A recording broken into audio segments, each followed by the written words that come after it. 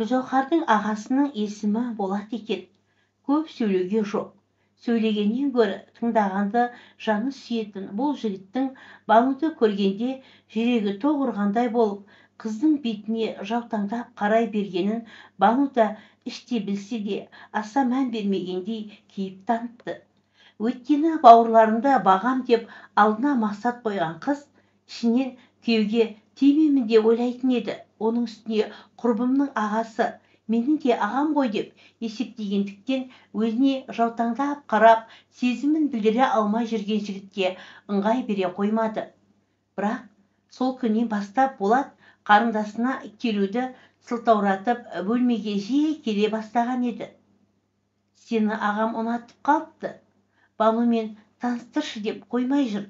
Бірақ мен қой, басқа қыз құрып қалғандай, қасымдағы досымен таныстырғаным ұят емес пе?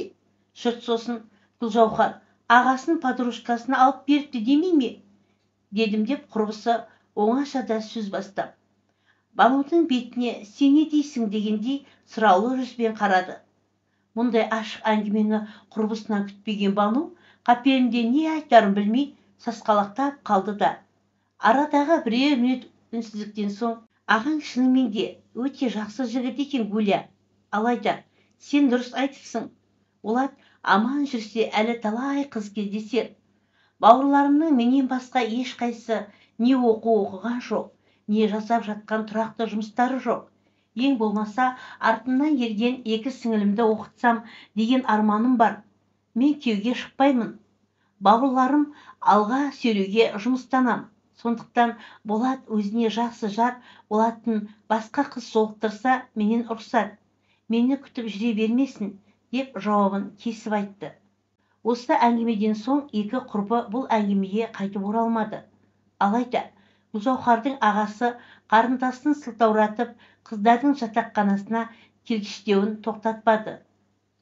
Сөйтіп жүргенде соңғы курстарын аяқтап, бір-бір дипломдарын қанжығаларына байлаған құрбылар қимай қоштасып, жас маман ретінде жұмысқа орналасуға туып өскен мекендеріне тарап кетті.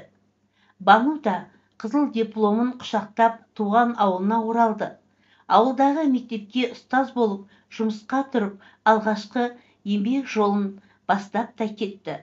Ауылға келген соң жаңа жұмысымен қатар күнделікті күйбең тірлігі басталған. Банудың қызығы мен шыжығы қатар жүретін студенттік шақтары да ұмытыла басталғандай. Үй ескі, бір күні құлап қалса қайда барып паналаймыз деген шешесінің ыңылы құлағын жегідей жей берген соң, осы тыныш болсыншы деп несиеге ауыл ішінен үлкендеу үй сатып алып, бәрін жаңа үйге көшірді де, сіңілдерін оқытуға тағы көрпесі көтермей 2-3 жыл жүріп қалды. Екінші аусымдағы сабағы бітіп, кешкісін үйіне жинала жатқан еді. Апай, сізді сыртта біреу ағай шақырып тұр, деп бір оқушы ентіге хабарлады. Беймезгіл уақытта мені іздеп келіп тұрған қандай адам екен деген оймен далаға асыға шыққан еді. Алдында жымиып Гүлжауһардың ағасы тұр.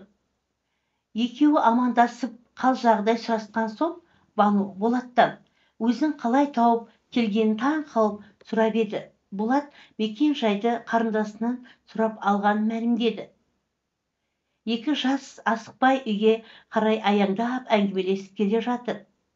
Бану сұрақ қоюшы, Болат жауап беруші ғана.